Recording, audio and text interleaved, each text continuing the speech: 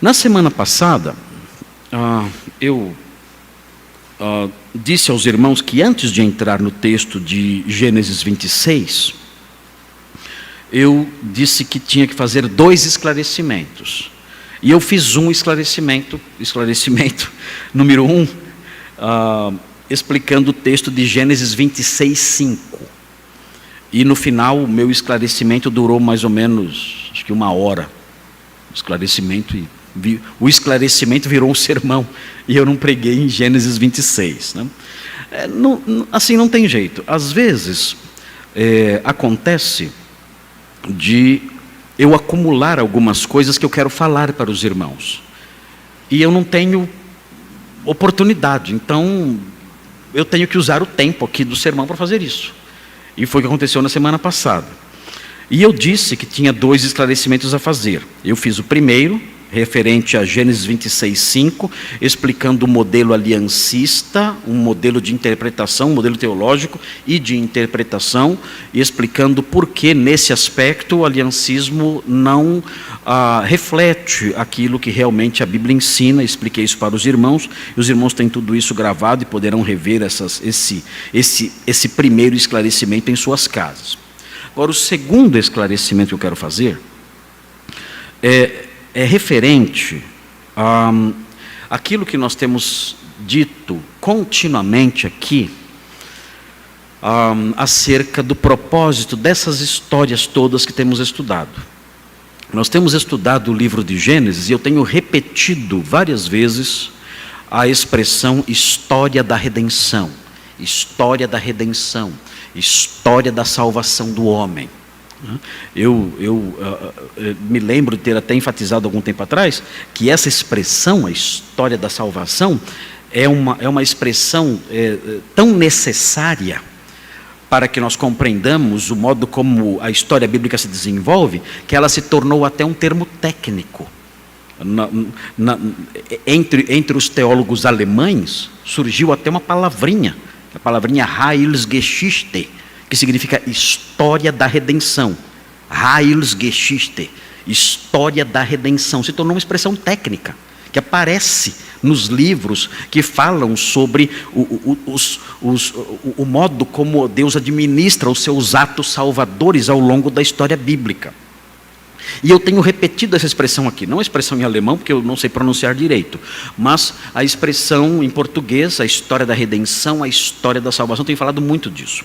Agora, o que é necessário fazer nessa altura? Estamos na metade do livro de Gênesis. É importante realçar o que nós queremos dizer quando falamos isso. Quando nós falamos a palavra salvação, o que nós queremos dizer com isso? Os irmãos aqui, talvez, que frequentam a nossa igreja já há bastante tempo, estão aqui, outros irmãos que também têm uma afinidade maior com a doutrina cristã, não vão ter dificuldade com o significado disso. Mas o meio evangélico, o universo evangélico é muito variado. E as pessoas muitas vezes não compreendem essas coisas. E há uma ideia de salvação no meio evangélico que é um pouco nebulosa. Existe uma ideia de salvação no meio evangélico que é nebulosa, confusa, às vezes até errada. E o que nós dizemos aqui nesse microfone, e é gravado aqui, é divulgado, o que nós dizemos aqui chega muito longe. Nós chegamos a 156 países, é isso? Nós chegamos a cerca de 156 países. E chegamos no Brasil inteiro, em vários lugares. Nossa igreja é pequenininha, mas é como aqueles cachorrinhos, bacê, né? Pequenininhos que latem bastante, né? E acabam correndo atrás de todo mundo, né? A nossa igreja é isso, a nossa igreja é um cachorrinho bacê, né? Ela é pequenininha, mas ela avança, late, e é terrível essa igrejinha aqui, ela é terrível, né? Então ela chega longe. Então nós temos que ser sensíveis a isso. O que nós queremos dizer com isso? Pessoas incrédulas assistem continuamente os nossos cultos e se manifestam, dizendo: olha, eu não sou crente, eu não sou evangélico, mas eu assisto sempre os cultos. E essas pessoas precisam, muitos talvez aqui também precisem, essas pessoas também precisam do esclarecimento acerca disso. O que nós queremos dizer quando nós falamos salvação? Eu me lembro, quando eu era acadêmico de direito, eu me lembro que eu disse uma vez para um garoto, ali ao meu lado, eu era aluno mais velho na turma, e eu lembro de ter dito a ele: olha, Cristo veio ao mundo para nos salvar. Deus deu seu Filho ao mundo para nos salvar. E ele olhou para mim com toda a sinceridade do mundo e disse assim para mim: salvar do quê? E então caiu a ficha.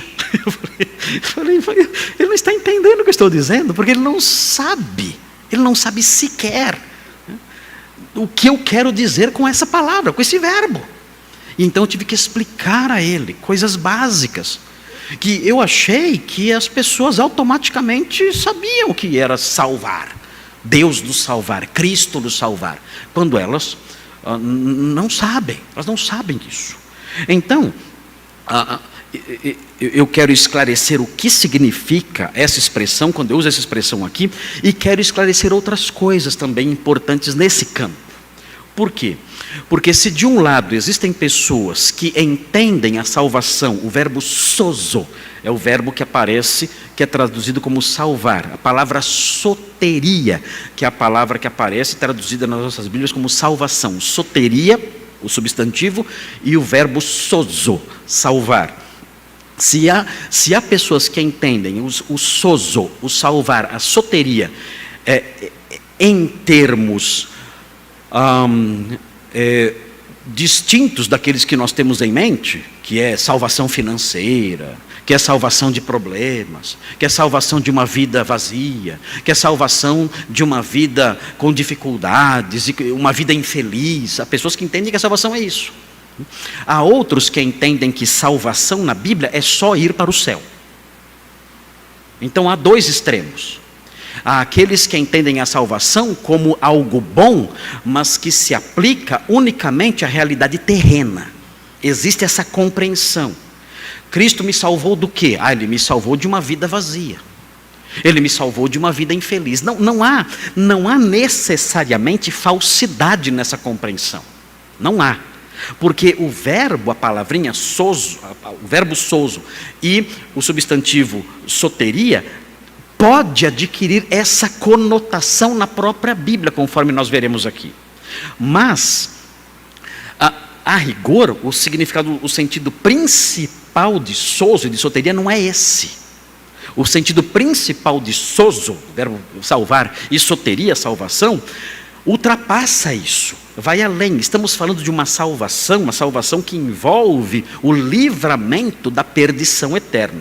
Mas eu quero mostrar para os irmãos como é isso na Bíblia, para que os irmãos vejam como a palavra, como o termo ou os termos podem adquirir sentidos diversos. Vejam, por exemplo, a salvação na Bíblia pode significar livramento de doença. Isso não é errado. Na Bíblia, a palavra salvação ou o verbo sozo pode significar livramento de doença. Eu vou dar um exemplo para os irmãos aqui. Vejam Atos 4:9. Atos 4:9. E os irmãos vão ver como essas coisas podem gerar confusão. Atos 4:9.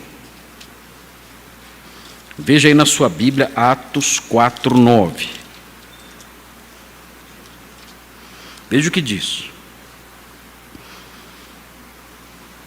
Diz assim: é Pedro falando diante das autoridades judaicas, depois de ter curado um paralítico. Ele curou um paralítico. E vejam, ele é chamado diante das autoridades. E ele pronuncia um discurso que começa de modo irônico. A ironia é um recurso retórico. Tem gente que fala que ironia é pecado, porque eu sou muito irônico, então eu falo: pastor, você é muito irônico, isso é pecado. Na verdade, a ironia é um recurso retórico, e nós percebemos aqui nesse texto, Pedro usando esse recurso retórico para falar aos anciãos ali que estão diante dele. Vejam o que ele fala: visto que hoje somos interrogados a propósito do benefício feito a um homem enfermo, isso é irônico aqui. Estamos sendo interrogados por causa do benefício que fizemos. Está sendo irônico aqui. E ele prossegue: e do modo por que foi curado. Essa expressão, o modo como foi curado, na verdade o verbo usado aqui não é curar. O verbo usado aqui é salvar, é o verbo sozo. Pedro está dizendo, vocês estão nos interrogando por causa do benefício que fizemos a um homem enfermo e do modo, e acerca do modo como ele foi salvo. Mas é salvo como? Salvo em que sentido? De que modo Pedro está usando o verbo salvar aqui? Ele está usando o verbo salvar no sentido de cura. Esse homem foi curado. O tradutor da minha Bíblia, da Revista Atualizada, traduziu corretamente. Pedro não está falando, olha, vocês estão nos questionando acerca do modo como ele foi salvo do inferno. Não, aqueles homens nem criam nisso. Ele está dizendo, vocês estão nos interrogando acerca do benefício feito a esse homem e o modo como ele foi salvo, salvo da condição de doente. Vocês se lembram que várias vezes Jesus curou pessoas e disse o quê? A tua fé te salvou. O que ele está dizendo? A tua fé vai fazer você ir para o céu? Não. Está dizendo, a tua fé te curou. Então é muito comum esse uso no Novo Testamento. Salvar no sentido de curar de uma doença. E Jesus faz isso. Jesus salva nesse sentido. Eu sei, ele já me salvou nesse sentido também. Ele já me curou de uma doença. E nós podemos afirmar isso. Olha, Jesus me salvou dessa doença. Ele me curou, ele me salvou, ele me livrou de um sofrimento terrível. E nós podemos usar o verbo dessa forma, e o Novo Testamento usa o verbo dessa forma. Há uma segunda forma como o verbo é usado. Veja, Mateus 14:30. Mateus 14:30. Vejam o que diz aí o texto. Olha só isso aqui. É Pedro andando sobre a água. Pedro andando sobre a água no mar da Galileia. Ano passado os irmãos foram comigo lá no mar da Galileia. E nós não andamos sobre a água, mas nós navegamos, né? Foi esse ano, né? Foi esse ano. E nós navegamos no mar da Galileia. Aliás, fomos no mar da Galileia numa noite em que ele estava bem agitado também. Deu para ter uma ideia mais ou menos do que aconteceu naquela noite lá. Eu fui com alguns irmãos da igreja passear à noite em volta do lago e estava bem agitado, deu para imaginar como aconteceu naquela noite lá, Pedro naquela situação. Mas vejam o que acontece aqui, Pedro anda sobre a água, mas ele reparou ali a força do vento, ficou com medo e começou a afundar. Veja o que ele diz, reparando porém, Mateus 14:30, reparando porém na força do vento, teve medo. E começando a submergir, gritou, salva-me, Senhor. O que ele está dizendo aqui? Senhor, me leva para o céu? Não, é o contrário. É exatamente o contrário. Senhor, não quero ir para o céu agora. Salva-me. Livra-me desse perigo terreno. Então, o verbo salvar é usado aqui, nesse caso, para o livramento de perigos terrenos. E o Senhor nos salva disso também. Não é errado dizer, olha, o Senhor me salvou de uma situação terrível. O Senhor numa situação perigosíssima. Numa situação envolvendo aí acidentes e mortes e tragédias e calamidades. O Senhor me salvou. E eu posso dizer isso. Eu posso usar o verbo dessa forma, e o verbo pode ser entendido assim, dependendo do contexto em que ele está inserido. Porque a própria Bíblia usa a expressão assim.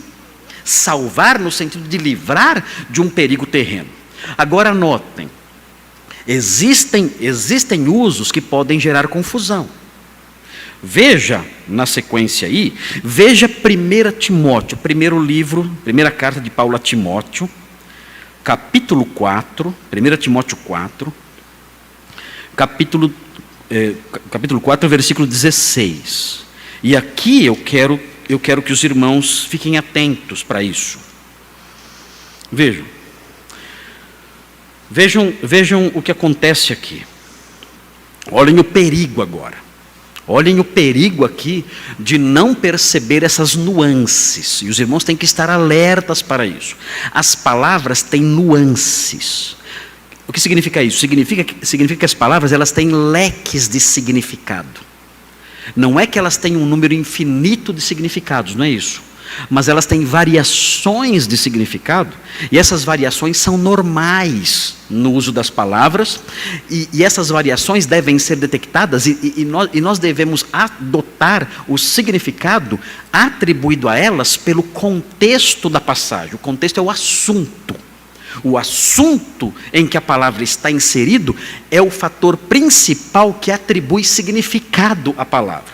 É importante entender isso para compreender um texto como esse. Notem bem, eu vou ler o texto para os irmãos e eu vou apontar para os irmãos como a não compreensão dessas nuances pode gerar problemas para a igreja e para a sã doutrina. Veja o que diz o texto. Tem cuidado de ti mesmo e da doutrina. 1 Timóteo 4,16. Continua nestes deveres, porque fazendo assim salvarás tanto a ti mesmo como aos teus ouvintes. Qual o sentido de salvar aqui? Agora, quando eu olho Pedro andando sobre a água gritando, salva-me, eu sei que salva-me não é ir para o céu. É o contrário até, como eu disse para vocês. Quando Jesus fala, sua fé te salvou, dá até para entender, a sua fé te curou. Mas num texto como esse aqui, isso pode gerar confusão, se eu não entender o sentido de salvar. Se eu não entender que o verbo sozo, ele tem essa possibilidade de significados mais amplos. Ele tem nuances que nem sempre envolvem a pessoa ir para o céu. Notem, eu me lembro que esse versículo aqui, eu estava vendo um vídeo na internet, em que fizeram um vídeo para zombar de um pregador. Mas esse pregador que fizeram o vídeo para zombar dele, é um pregador sério, um homem de Deus, temente a Deus, piedoso, que prega a palavra mesmo, é um senhor. Ele prega a palavra de Deus com seriedade, com zelo, com dedicação. É um crente. É um homem que anuncia a verdade com humildade, com poder, com força, com honestidade. Ele trata o texto com honestidade. E nesse vídeo, um jovem, durante um tempo de perguntas e respostas, ele leu esse texto para esse pastor, colocando em dúvida o fato de nós podermos estar seguros da nossa salvação. Como nós podemos, olhando para um texto desse, ter segurança da nossa salvação? Como nós podemos estar certos de que nós vamos mesmo para o céu e estaremos com o Senhor para sempre, quando nós lemos um texto como esse aqui? Vejam o texto.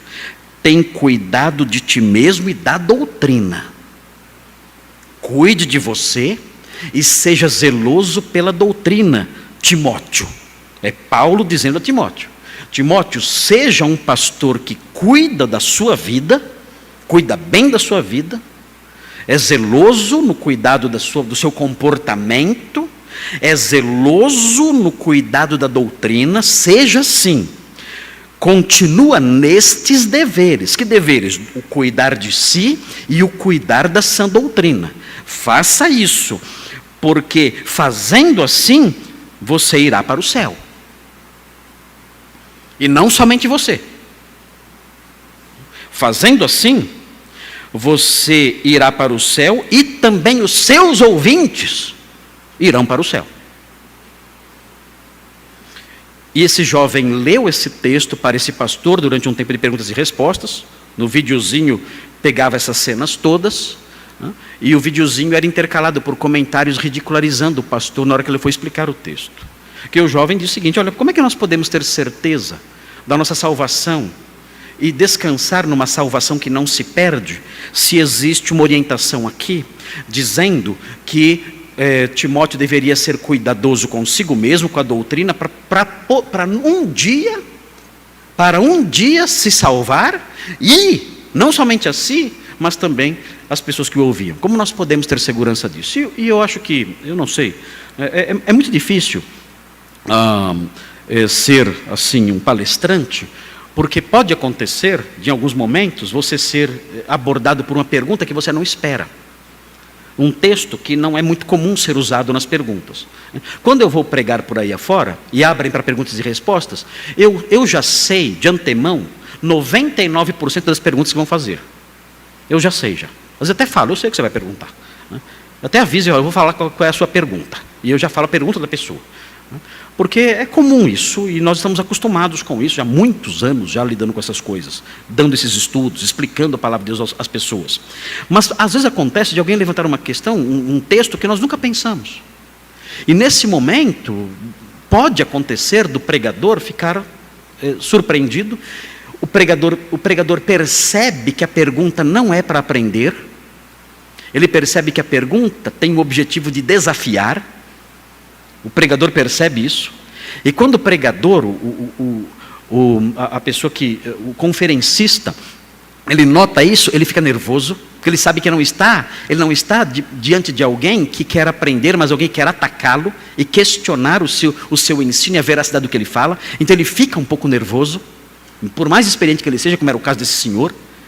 E esse senhor, ele deu uma resposta que não foi uma resposta que, a meu ver, não foi uma resposta que teve força, teve peso, teve uma exatidão que pudesse atribuir ao que ele falou a qualidade de uma resposta convincente. E então o vídeo, claro, a pessoa queria zombar, e o vídeo prosseguiu então zombando ali daquele pastor. Qual é o problema com a pergunta como aquela? O problema com a pergunta como aquela é entender no versículo 16 o verbo sozo como ir para o céu. Será que é isso que significa sozo aqui? Ir para o céu? Alguém vai dizer, claro que é. Muito bem. Então, se é ir para o céu, então nós temos um problema sério aqui. Porque nós temos um tipo de salvação para os pastores, um meio de salvação para os pastores, e um meio de salvação para as ovelhas. Pelo menos dois meios de salvação. Primeiro, o pastor, para ir para o céu, ele tem que cuidar de si mesmo e da doutrina constantemente. Esse é o meio através do qual os pastores vão para o céu. Os pastores. Já os ouvintes, estes têm que ter sorte. Eles têm que ter um pastor assim. Porque o texto diz, fazendo assim salvarás tanto a ti mesmo como aos teus ouvintes. Opa! Então, se algum crente tiver o azar de cair na igreja de um pastor que em algum momento negligencia essa doutrina, a salvação daquela pessoa, daquele ouvinte, está comprometida. Já não é mais salvo. A salvação dos ouvintes dependerá da fidelidade do pastor. Já imaginaram? Vocês só vão para o céu se os 5 pastores da igreja forem zelosos nos seus deveres, senão vocês não vão. Gostaram da ideia? Pastor, vou orar por você bastante. Note, se a pergunta que aquele jovem fez,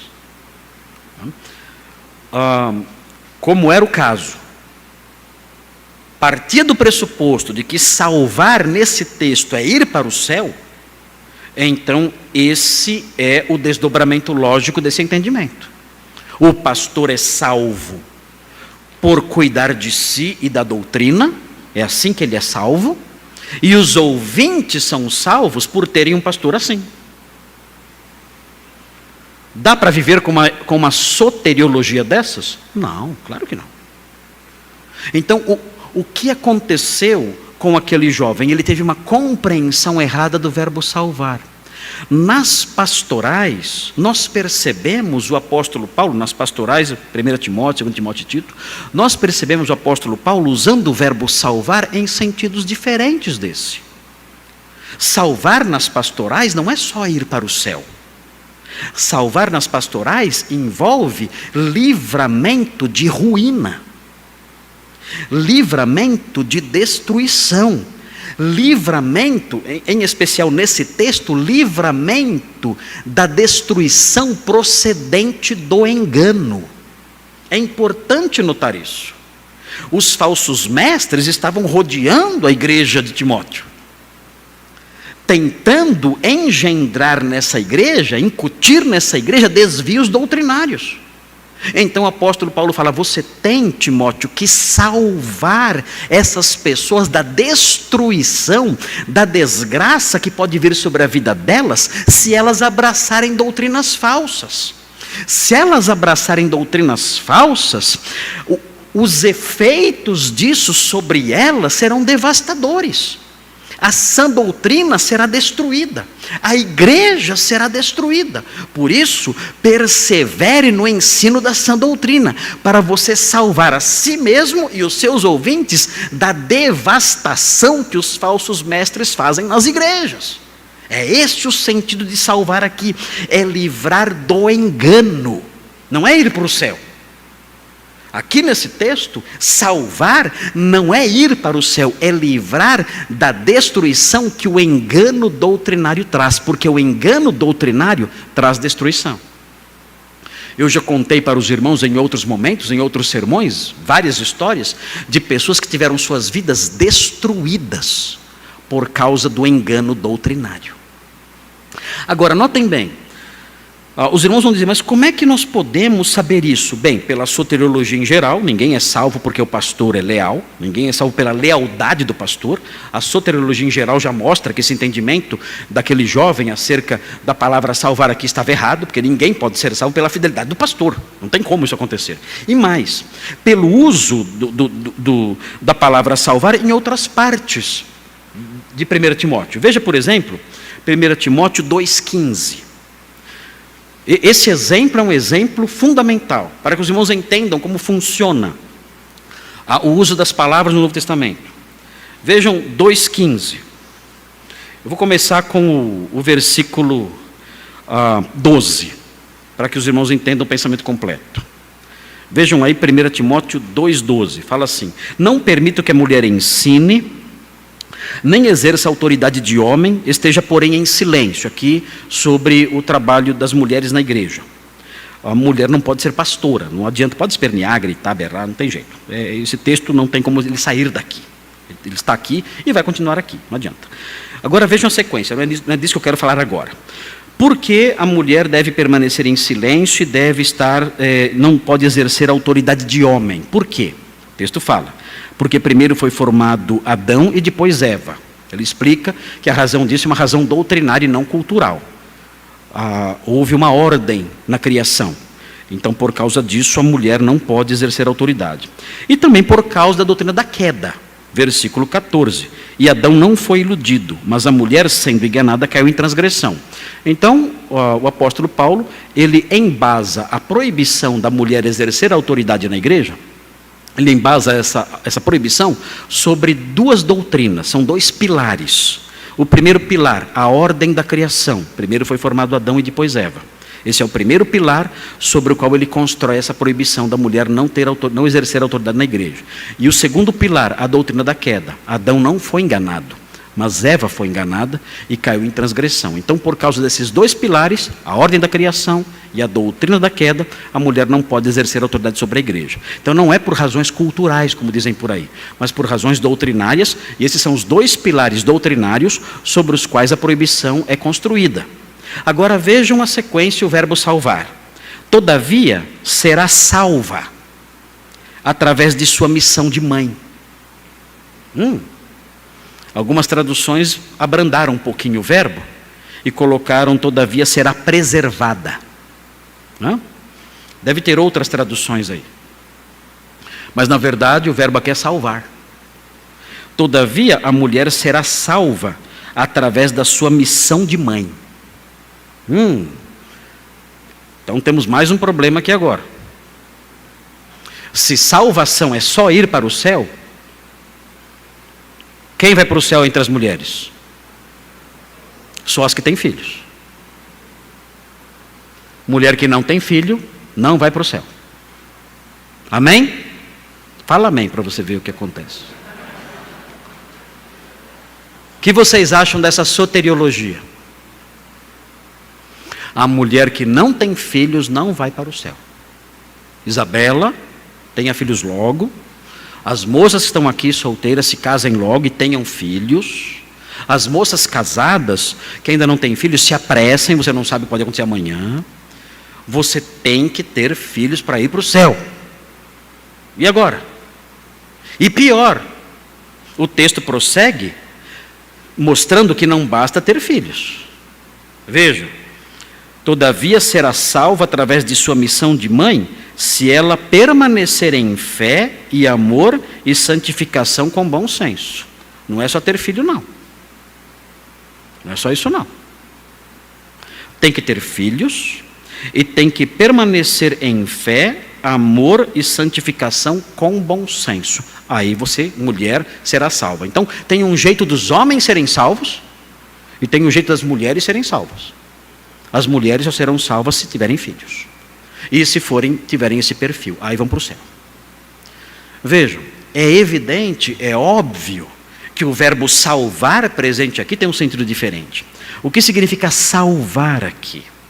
O que significa mulher será salva? Notem, você tem que compreender o significado disso à luz do assunto que está sendo tratado. O assunto aqui diz o seguinte: olha, a mulher, ela sofreu um juízo específico na queda. Ela não pode exercer autoridade de homem. Ela não pode exercer na igreja uma função de autoridade didática, uma mestra, alguém que ensina na igreja. E aí então a sequência é como essa mulher pode se livrar desse efeito, pode ser salva desse efeito da queda. Como ela pode ser resgatada da inutilidade total como mestra? Como ela pode ser liberta e salva da inutilidade total como alguém que pode ensinar? Como alguém que pode exercer autoridade espiritual sobre alguém? Como ela pode se salvar disso?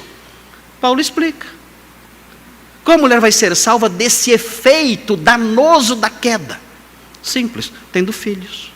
Quer ser pastora? Gere uma congregação. Simples. E você vai ser salva desses efeitos da queda. Ali no seu lar, a mulher terá a sua congregação. E ela exercerá a autoridade. Ela vai ensinar, ela vai pastorear. Ela vai exercer a sua influência como mestra, como episcopisa, como bispa. Tem bispa, né? Bispa. Até bispa. Então, o certo é episcopisa. Ela será episcopisa. Ela será uma presbítera ali na sua casa. E então ela será salva dos efeitos terríveis da queda. Então notem como a palavra salvar tem essas conotações variáveis. E nós podemos sim aplicar a palavra desse jeito. Mas, quando nós aqui estudamos Gênesis e a história da redenção, falamos sobre a salvação. Quando nós dizemos, olha, Isaac agiu dessa forma porque Deus estava dirigindo a sua história de tal modo que um dia a salvação pudesse ser trazida ao mundo. Quando nós dizemos isso, não são esses os sentidos que eu mencionei aqui, não são esses os sentidos que nós atribuímos à palavra salvação quando falamos assim. O que é então salvação? Como usamos a palavra salvação? No estudo de Gênesis, quando eu falo, olha, Deus agiu assim, Deus atuou dessa forma, Deus interferiu na história a fim de que o homem pudesse ser salvo. O que eu quero dizer, o que nós falamos, o que nós queremos dizer aqui, eu, os pastores, o que nós queremos dizer aqui quando usamos essa palavra? Então eu fiz um resuminho aqui, eu escrevi para não escapar nada, para que os irmãos entendam, e os que estão aqui, e os que não estão aqui, estão fora, para que possam entender do que falamos, por que Deus moveu, escreveu, conduziu a história de Gênesis, de tal modo que uma semente fosse preservada, de tal modo que uma linhagem fosse preservada, até que um dia o Messias nascesse para salvar o mundo. Salvar os que creem. O que significa salvar aqui nos sermões que nós enunciamos, quando nós pronunciamos essa expressão? Então eu vou dizer aqui para os irmãos o que é o sentido de Efésios 2:8. Pela graça sois salvos, mediante a fé. Esse é o sentido que é adotado em Efésios 2:8 que nós queremos aplicar aqui. E é o seguinte, vejam, eu escrevi aqui o significado. Salvação, segundo o uso do termo que fazemos aqui, importante isso, é a obtenção da vida eterna com Deus. Isso é salvação. É a obtenção da vida eterna com Deus, o que é dado a todo aquele que, crendo em Cristo, é justificado, ou seja, perdoado, recebendo o perdão de todas as suas iniquidades, e o cancelamento de suas culpas. Isso é salvação. Salvação é a obtenção da vida eterna com Deus. Algo que é dado aos que, crendo em Cristo, recebem isso: o perdão das suas iniquidades e o cancelamento das suas culpas. Então eu posso dizer, quando eu creio em Cristo, eu posso dizer, eu fui salvo. Por quê? Ele cancelou as minhas culpas, Ele perdoou as minhas iniquidades, e Ele preparou uma herança para mim junto dEle. Isso é salvação. Por que Gênesis aconteceu? Porque a linhagem abraâmica teve seu segmento até chegar no Messias, para que isso fosse possível, para que nós pudéssemos obter a vida eterna com Deus, tendo o perdão das iniquidades e o cancelamento das nossas culpas. Isso é salvação. É disso que os homens precisam. É disso que os nossos amigos precisam. É disso que os nossos parentes precisam. Eles precisam ser salvos nesse sentido. Prosseguindo. Salvação é assim o livramento do domínio do pecado no presente. É livrar do domínio do pecado no presente. E o livramento do castigo do pecado no futuro. Isso é salvação. Cristo nos salvou. Ele nos salvou do domínio do pecado agora. Quando eu fui salvo, Ele me livrou do domínio do pecado, que me controlava. E me salvou do castigo do pecado no futuro. Isso é salvação. Cristo veio ao mundo para nos salvar nesse sentido. Prosseguindo. Isso tudo é concedido pela graça de Deus por meio da fé em Jesus Cristo. Como eu obtenho essa salvação? Como eu ganho essa salvação? Como eu obtenho a vida eterna com Deus, o perdão das iniquidades, o cancelamento das culpas, o livramento do domínio do pecado, o livramento do castigo do pecado no futuro? Como eu obtenho isso? Pela graça de Deus por meio da fé em Jesus Cristo. É assim que eu obtenho essas coisas. Ele é o Filho de Deus encarnado e a semente prometida de Abraão. Aquele que padeceu na cruz em nosso lugar, provando a morte que era nossa, para nos dar a vida que é dele. Quem nele crê, olhando para a sua morte e ressurreição, quem nele crê, invocando o seu nome, receberá essa salvação, a vida eterna com Deus, não havendo nenhum outro modo pelo qual o homem possa obter tamanha bem-aventurança. Quem nele crê, invoca o seu nome pela fé, recebe essa salvação, e então habitará com Deus eternamente. E não há nenhum outro modo por meio do qual alguém possa obter isso. Isso é salvação. Isso é ser salvo. Não há outro caminho para obter isso. Isso é ser salvo e não tem outro jeito de obter isso. Então, quando nós usamos essa expressão, é isso que queremos dizer. E isso deve nos remeter a nós que estamos aqui, e aos outros que estão me ouvindo, ou estarão me ouvindo no outro momento. Isso deve nos remeter a uma análise pessoal. No seguinte sentido, a pergunta que tem que ecoar no meu coração, eu não posso, meu Deus, eu não posso fugir dessa pergunta, eu não posso fugir dessa pergunta. Eu tenho que encará-la de frente. Ela é crucial para mim, não só agora. Ela é crucial para mim em termos de eternidade. A pergunta é a seguinte: eu sou salvo? Nesse sentido. Isso é que deve ser questionado, é isso que deve perguntar para mim. Eu não posso enrolar na resposta. Qualquer outra pergunta eu posso até enrolar. Você vai se casar com ela? Tem que ver. Você vai trabalhar em tal empresa? Vai estudar em tal faculdade? Você vai? Tem que ver, tem que pensar. Ok.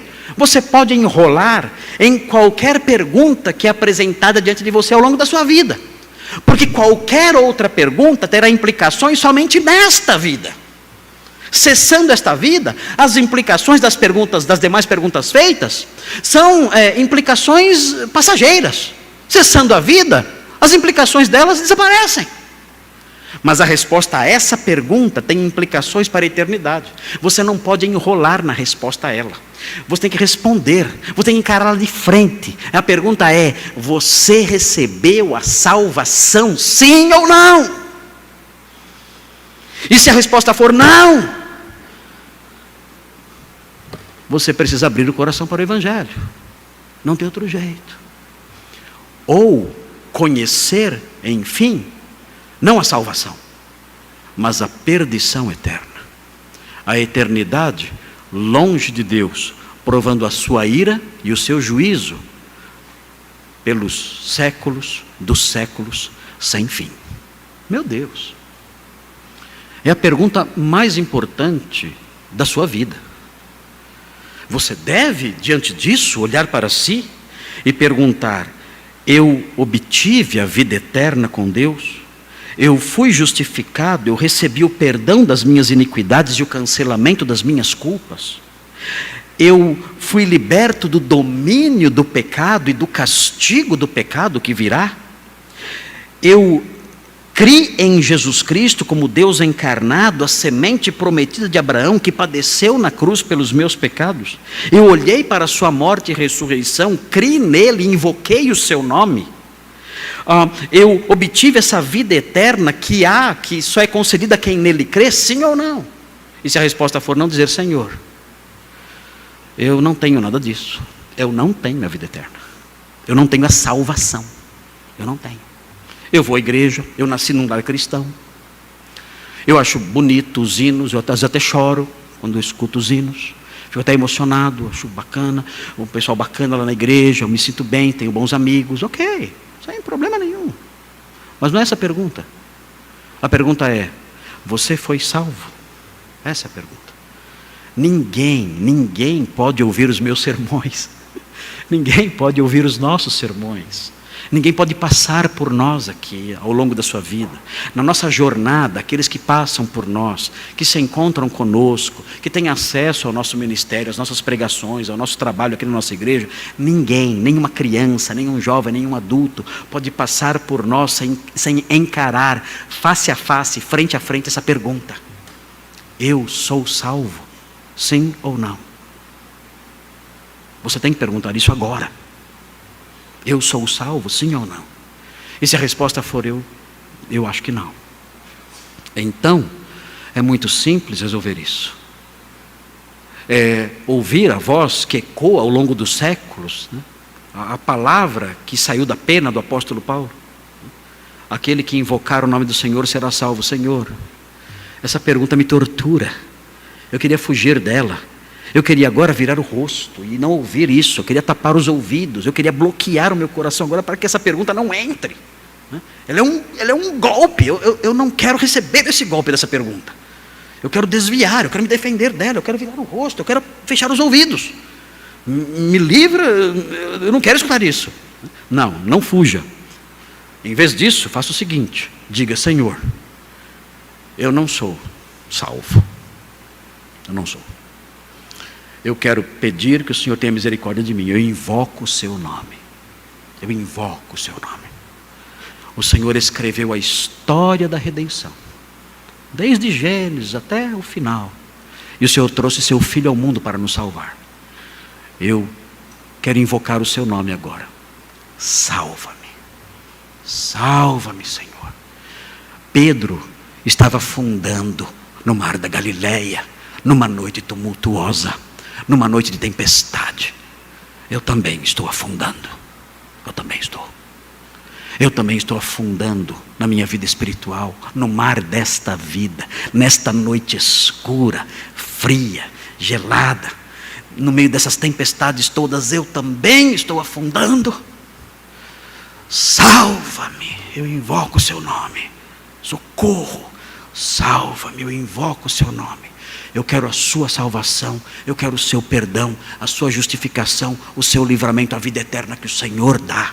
Eu quero experimentar o efeito da história da redenção que eu tenho aprendido a cada domingo. Eu quero experimentar o efeito desses capítulos todos da história da salvação que têm sido explicados aqui a cada domingo. Eu quero experimentar o efeito final disso na minha vida. Salva-me, Senhor, eu creio no teu Cristo, eu recebo, eu invoco o seu nome, salva-me. E assim como o Senhor estendeu a mão para Pedro e o salvou naquele mar agitado, Ele salvará você também. Ele prometeu: quem invocar o nome do Senhor será salvo. O que vem a mim? Qual é a sequência do versículo? O que vem a mim, de modo nenhum lançarei fora. Isso é maravilhoso demais. Só um louco para rejeitar isso. Só um louco.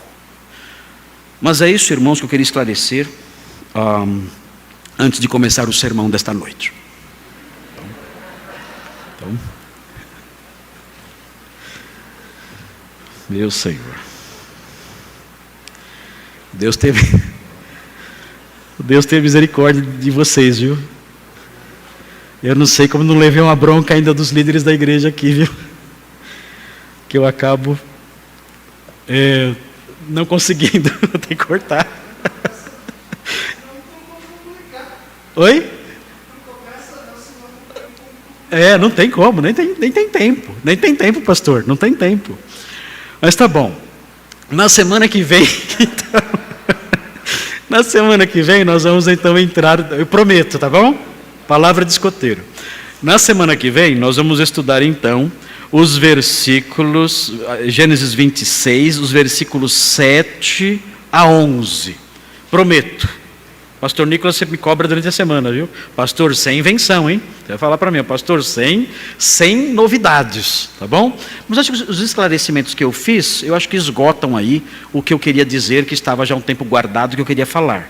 Então já estão aí. Então, vou entrar sim na próxima semana, se o Senhor quiser, e vivermos, como ensina Timóteo, como Tiago ensina a dizer, se o Senhor quiser e vivermos, então eu vou explicar os versículos 7 a 11, eu já tenho aqui tudo pronto aqui, o esboço pronto, e aí eu vou apresentar para os irmãos então a exposição desse texto, prosseguindo no ensino da história da salvação, a história da redenção, no próximo domingo. Então não percam.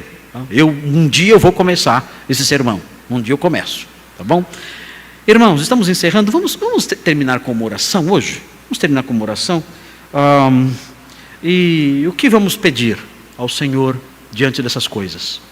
Como seria a nossa oração? Hoje eu perguntei isso na classe de novos membros, né? Como seria a nossa oração em face dessas coisas todas? Eu acho que nós podemos orar em dois sentidos. Primeiro, agradecendo. Porque o Senhor nos salvou. Em que sentido? Nesse sentido último que eu mencionei. Nos livrou da pena do pecado, do poder do pecado, da presença do pecado, da punição do pecado. Nos salvou nesse sentido, nos deu a vida eterna com Ele. Mas não somente agradecer, mas também suplicar pelos nossos queridos que não conhecem a salvação. Tem sido pregada uma salvação estranha por aí afora. uma salvação falsa, errada. Temos que orar a Deus pelos nossos queridos. Eu tenho parentes que estão perdidos, que se partirem agora para a eternidade, irão para a perdição eterna, não conhecem essa salvação que eu mencionei. Tenho parentes, tenho amigos. Vocês se lembram aquele moço que eu falei para vocês, da minha faculdade, que eu falei do evangelho para ele? E ele perguntou: salvar do quê? Muito bem, algumas semanas atrás, o meu irmão, eu tenho um irmão que trabalha no contexto jurídico, e ele conheceu esse moço. Esse moço, depois de formado, prestou concursos e foi ser auxiliar judiciário. E acabou por trabalhar com o meu irmão, que é juiz do trabalho. E meu irmão mandou a notícia para mim há algumas semanas. Disse: você se lembra desse moço que estudou com você? Me lembro. Ele faleceu de Covid-19. Aos 40 anos de idade. 40 e poucos anos de idade. Eu me lembrei na hora daquela pergunta dele: salvar de quê? Eu expliquei para ele. Ele não me ouviu. Hoje, ele sabe mais do que ninguém a resposta àquela pergunta: salvar de quê? Hoje ele sabe do que eu estava falando. Hoje ele sabe. Meu Deus, que essa desgraça não aconteça com mais ninguém que nos ouve. Mais ninguém. Vamos orar por essas pessoas. Oremos. Senhor Deus, nós agradecemos por tão grande salvação, salvação que há em Cristo. Obrigado a Deus Santo, porque a sua palavra nos mostra o que é salvação, o que é esse livramento da presença, do poder e da punição do pecado. O que é desfrutar da esperança de vida eterna com o Senhor. O que é desfrutar da sua presença agora. E da esperança de partilharmos da herança dos santos no reino da luz. Obrigado por tão grande salvação. Salvação dada em Cristo pela fé. Nós te louvamos por isso, porque um dia essa salvação nos alcançou. Por sua graça sem fim. Te louvamos por isso. E suplicamos agora pelos queridos nossos. Cada irmão aqui está lembrando de alguém. Cada irmão aqui está se recordando de alguma pessoa ou de algumas pessoas queridas. E agora estão suplicando por elas. Pessoas que não são salvas, nesse sentido que mencionamos aqui por último. Pessoas que não foram perdoadas, lavadas, justificadas, e por isso não serão glorificadas se permanecerem assim. Nós pedimos por elas agora. Pedimos que elas conheçam o Evangelho verdadeiro e invoquem o nome de Jesus. E invocando o nome do Senhor, ó Deus, sejam salvas. Tem misericórdia dessas pessoas, amigos nossos, parentes nossos, colegas de trabalho, de escola. Ó Deus, atende o nosso clamor, atende a nossa súplica e alcança essas pessoas por meio do nosso testemunho, da nossa pregação, do nosso ensino paciente, do nosso ensino brando. Faça com que elas conheçam a redenção que é em Cristo e se curvem a Ele e invoquem o seu nome.